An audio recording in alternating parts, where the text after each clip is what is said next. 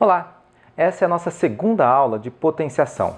Lá na primeira aula eu mostrei para você o que é a potência, a definição, expliquei alguns detalhes envolvendo a definição e fiz alguns exemplos. Nessa aula eu vou te mostrar duas, talvez as duas mais importantes propriedades, aquelas que a gente mais usa, envolvendo a potenciação. Nos próximos vídeos eu vou mostrar as demais propriedades, tá? E nesse vídeo eu ainda vou responder a uma questão. Quanto é 0 elevado a zero? Muita gente me pergunta isso, já me pediram até para fazer um vídeo sobre isso, mas eu vou responder isso no final desse vídeo. E é isso, você sabe quanto é 0 elevado a zero? Mais do que isso, você consegue justificar a sua resposta? Matematicamente. Bom, você quer ver tudo isso? Então vem comigo, eu sou o professor Luiz Carlos e você está no Matpédia.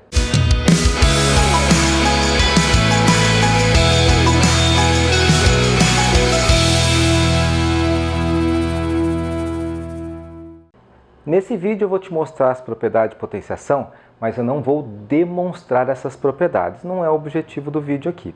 Apesar disso, eu quero convencer você da naturalidade dessas propriedades, tá joia?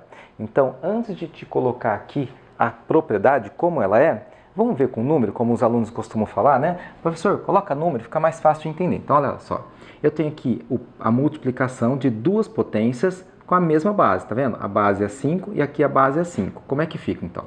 Olha só, aqui você não tem 5 a terceira, não é 5 vezes 5 vezes 5? Aqui está 5 a terceira, multiplicado por 5 a quarta. Então, aqui está 5 a quarta. Então, no fundo, apesar de eu ter usado símbolos diferentes para multiplicação, esse aqui é para mostrar que está aqui, ó.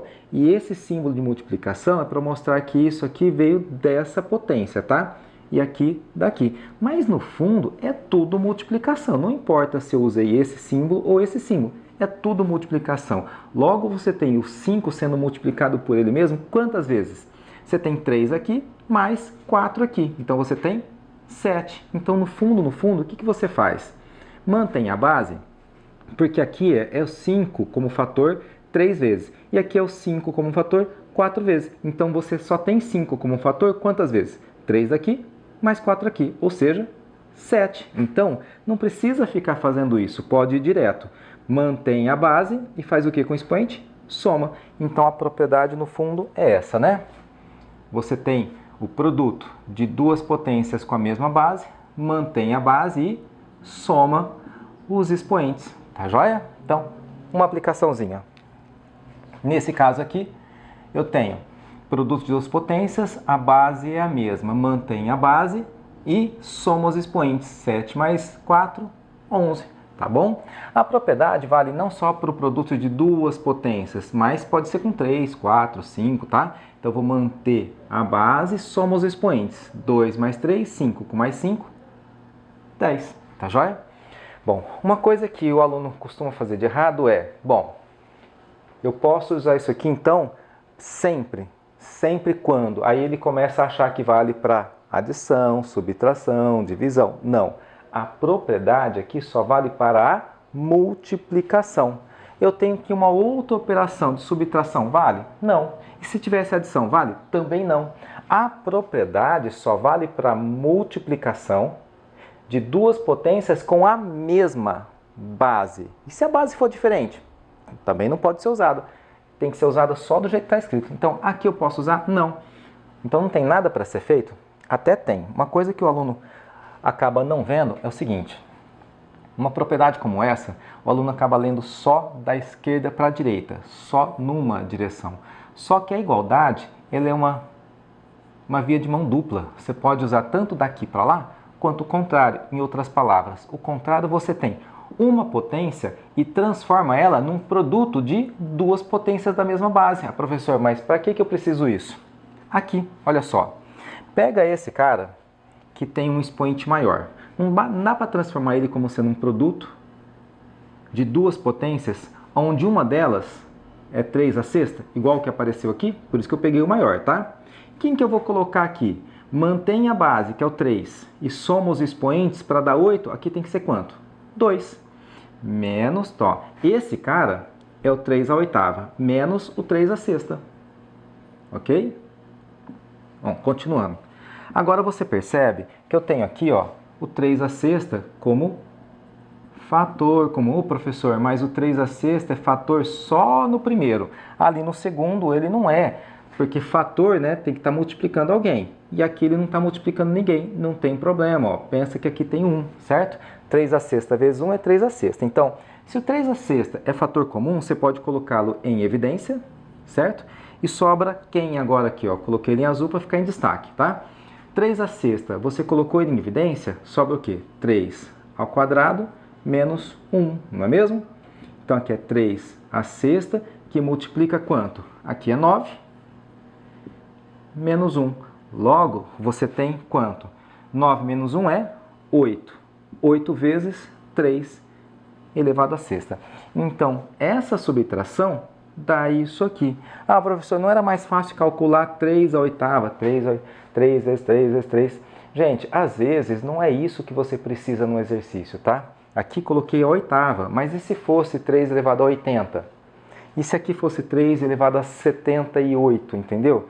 Então, assim, fazer a operação de potenciação para achar quanto é essa potência, às vezes não é o melhor caminho, tá? Então, nesse caso aqui, para simplificar, eu usei a mesma propriedade, só que agora no sentido contrário, ok? Nós acabamos de ver o produto de duas potências com a mesma base. Será que tem uma propriedade também para o quociente de duas potências com a mesma base? Bom, um raciocínio até razoavelmente simples seria pensar o seguinte. A operação inversa da multiplicação não é a divisão que eu estou vendo aqui como sendo um quociente, certo? Então, se a operação inversa da multiplicação é a divisão, quem é a operação inversa da adição? Não é a subtração? Então, seria razoável pensar aqui, eu vou manter a base e vou subtrair o expoente. Só que agora eu tenho um problema. Eu vou fazer este menos esse ou o contrário, esse menos esse. Isso faz diferença, porque na adição, se você trocar aqui, se você inverter, não vai fazer diferença, certo? O resultado continua o mesmo. Mas aqui faz, se você colocar n menos m e inverter, vão dar resultado completamente diferente. Então, preciso de um cuidado aqui. Então, vamos lá. Vamos pensar num exemplo concreto para ficar mais fácil, certo? Então, aqui eu tenho 5 à sétima sobre 5 à terceira. 5 à sétima está aqui, 5 à terceira está aqui. Eu posso simplificar, né? 1, 2, 3, 1, 2, 3, certo? Bom, aqui embaixo tem que ficar alguma coisa vezes 1, certo? Bom, o que é que ficou? Em cima ficou 5 elevado a 1, 2, 3, 4. E embaixo ficou 1. E 5 à quarta sobre 1 é 5 à quarta. Então, vamos pensar assim. Aqui em cima eu tinha 7 fatores 5.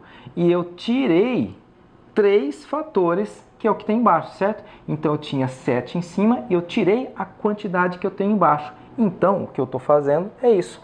Mantém a base e subtrai a quantidade que eu tenho em cima menos a quantidade que eu tenho embaixo, tá joia? Bom, se eu fosse aplicar aqui direto, como é que ficaria então? Mantém a base e subtrai o expoente. É o expoente de cima menos o expoente de baixo, certo? E você sabe que 7 menos 5 é 4, então dá a mesma coisa. Então, tá razoável pensar que é isso, né? Mantém a base e subtrai o expoente de cima menos o expoente de baixo. Mas agora, por conta da operação de subtração, eu tenho que pensar numa outra coisa. A propriedade aqui, será que elas valem também quando os expoentes são negativos? Inteiros, mas negativos. Porque alguém podia pensar assim, tá, aqui o expoente de cima é maior do que o de baixo. E se fosse o contrário? Aqui. Então vamos pensar do mesmo jeito. Eu posso simplificar em cima, 1, 2, 3, embaixo, 1, 2, 3. Em cima tem que ficar alguma coisa, concorda? Então, sobrou o quê? Em cima sobrou 1, embaixo sobrou 5 elevado à quarta. 1, 2, 3, 4, tá bom? Bom, se eu fosse usar a propriedade, nesse caso direto, mantém a base e subtrai o expoente. É o expoente de cima menos o expoente de baixo. 5 elevado a 3 menos 7 vai dar menos 4. E nós já vimos no vídeo anterior que 5 a menos 4 é a mesma coisa que 1 sobre 5 à quarta. Então, tudo bem, está valendo. Nesse exemplo, parece que não é um exemplo, né? Mas na verdade eu quero mostrar para você uma outra coisa. Ó. Esse carinha que está aqui, eu podia muito bem pensar em fazer assim. Ó. A elevado a N multiplicado por 1 sobre A elevado a M. Concorda que se você fizer a multiplicação, você volta aqui? Então, eles são iguais, tá certo? Você também já sabe, vimos isso no vídeo anterior, olha só, esse tá aqui, multiplicado. Nós já vimos que esse cara, ó, no vídeo anterior, nós vimos que isso aqui é A elevado a menos M, tá bom? Então, eu mantenho a base, se eu estiver multiplicando duas potências com a mesma base, mantenho a base e somo os expoentes. N menos M. Não está exatamente igual, tá joia? Só que agora eu tenho que pensar no seguinte. Isso aqui, então, tá mostrando que vale para expoente não só positivo, mas negativo também. Então, essas duas propriedades aqui, elas valem para qualquer expoente inteiro. Pode ser positivo ou pode ser negativo, tá joia? Nós nesse vídeo não vimos ainda como trabalhar com expoentes que não são inteiros, tá bom? Mas já vou adiantar para vocês. Lá na frente, quando a gente trabalhar com expoentes que não são inteiros, essas propriedades aqui e as próximas também, elas também vão valer para expoentes não inteiros.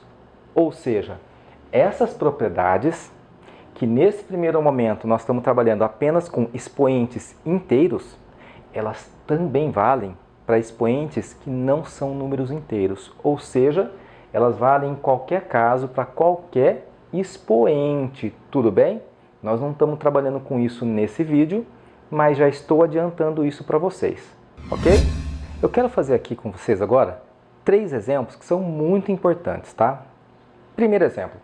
Olha só, eu vou calcular esse quociente de 2 maneiras diferentes, tá? Primeiro, você sabe que todo número dividido por ele mesmo é sempre igual a 1, né? Por exemplo, 7 dividido por 7 é 1, 15 dividido por 15 é 1, certo? Então, um número dividido por ele mesmo é 1, tudo bem? Por outro lado, você também podia pensar o seguinte, ó. Quanto que é A elevado a 1? Não é A? Então, aqui é A elevado a 1 também.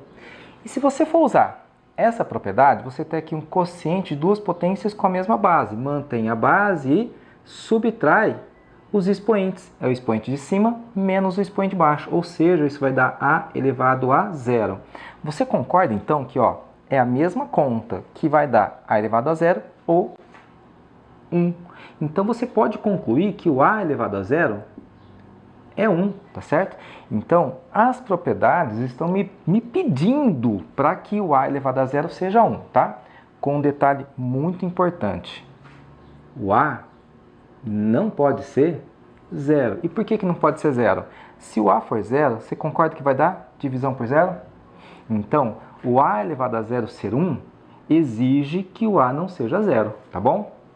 E o A elevado a 0 ser 1, isso aqui é um pedido, né, das minhas propriedades, tá joia? Olha só nesse caso aqui. A elevado a 0, a gente já viu que é 1. Claro que o A não pode ser 0, certo? Aqui. Elevado a N. Tudo bem? Por outro lado, se eu usar a propriedade, essa propriedade aqui, mantém a base e subtrai os expoentes. É o expoente de cima menos o expoente de baixo. Logo, eu sei que aqui vai dar A elevado a quanto? 0 menos N vai dar menos N. Então, tá vendo que é o mesmo cálculo? As minhas propriedades estão me pedindo que A elevado a menos N seja igual a 1 sobre A elevado a N. De novo, aqui eu peço que o A não seja 0, né? Porque senão daria divisão por 0 aqui, tudo bem? Além do que, eu não poderia usar aqui igual a 1, tá joia? Então, essas duas coisas aqui, que na aula anterior eu coloquei para você como sendo definição, porque a definição não contemplava a situação com expoente 0, certo? E nem com expoente negativo. Então, eu tive que impor isso, por definição, tá bom? Mas a definição, ela também não foi colocada aleatoriamente. Tinha um raciocínio em cima daquilo, certo? Só que também tem um pedido das propriedades. As propriedades, elas são consequência da definição. Por outro lado, elas não podem contradizer a definição. Entendeu? Bom, finalmente, vamos falar do zero elevado a zero. Esse cara é um cara um pouquinho mais complicado, tá bom? Antes disso, eu preciso que você entenda uma outra coisinha, olha só. Aqui, quando eu pedir que o A seja diferente de zero, não é só a divisão aqui por zero, é porque se o A for zero, zero sobre zero. E zero sobre zero, eu já fiz um vídeo sobre isso, vou deixar aqui num cardzinho para você dar uma olhada. Eu recomendo muito que você assista esse vídeo para entender o que é uma indeterminação. Zero sobre zero é uma indeterminação, ou seja, em outras palavras, pode ser qualquer valor. A princípio, 0 sobre 0 poderia ser qualquer coisa, qualquer número. E isso não serve para nada também, tá bom? Mas é diferente de não existir, indeterminado, tá bom? Indeterminação quer dizer que é isso, pode ser qualquer valor. Para você entender direitinho o 0 elevado a zero, então, vamos pensar aqui assim, olha só. Eu poderia pensar aqui, 0 seria 0 elevado a, bom, qualquer número aqui diferente de 0, tá? 7, por exemplo, tá? Aqui embaixo eu vou colocar o mesmo número, tá? Eu coloquei o 7 em vermelho para dar um destaque, mas não precisaria ser 7. Pode ser qualquer valor, tá? Podia ser 0 elevado a 15, 0 elevado a 38, tá? Mas o número que você coloca aqui, você coloca aqui, certo? Esse cara não é 0? Esse cara não é 0? Então você concorda que isso aqui é 0 sobre 0? E aí, se eu usar a nossa propriedade aqui, vai ficar 0 elevado a quanto? É o expoente de cima menos o expoente de baixo. Isso vai dar 0 elevado a zero.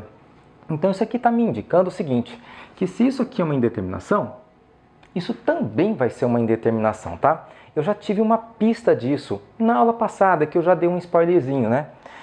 0 elevado a qualquer número, não é 0? Por outro lado, qualquer número elevado a zero não é igual a 1? Então, 0 elevado a zero é 0 ou é 1? Entendeu?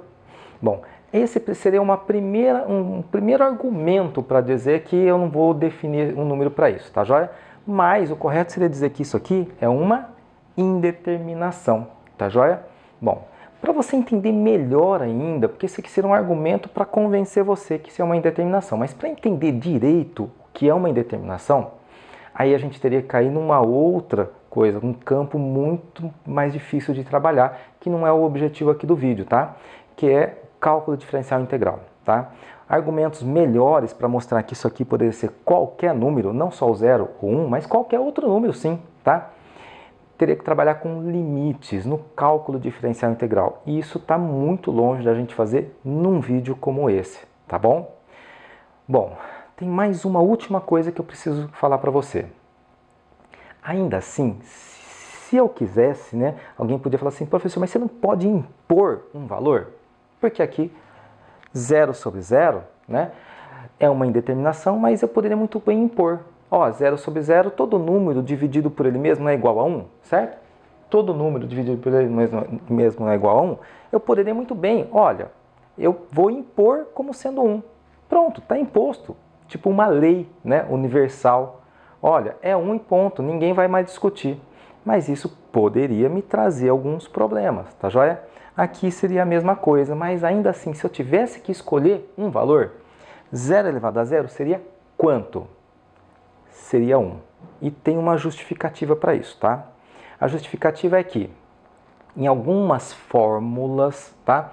Na teoria dos conjuntos, de funções, de análise combinatória, tá? Tem algumas situações com algumas fórmulas que, se a gente aceitar que 0 elevado a zero fosse igual a 1, isso me daria, né, um bônus de a fórmula valer para o caso do zero também, tá? Então eu conseguiria expandir a minha fórmula também para o caso zero. Mas vamos deixar então bem clara a nossa discussão para encerrar isso. 0 elevado a zero é uma indeterminação, ok?